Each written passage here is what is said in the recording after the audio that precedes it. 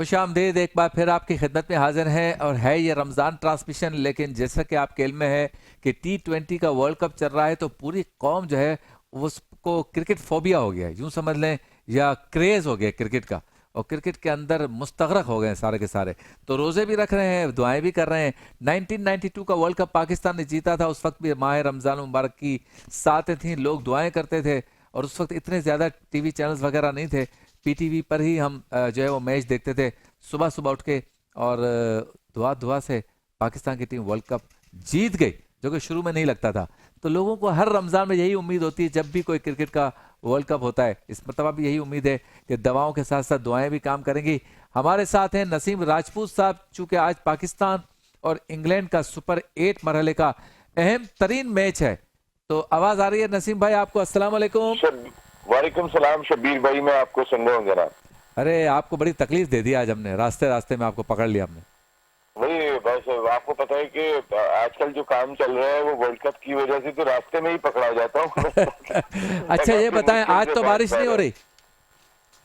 نہیں، آج بارش نہیں ہے. جو پریڈکشن تھی اور کچھ میں اپنے دوستوں سے بات کی، کمپلیٹ سنی ڈے شبیر بھائی. اس لیے میچ آج ہوگا ٹاس کی بہت امپورٹنٹ ویلیو ہے. پاکستان ٹاس جیتے اور پہلے بیٹنگ کرے.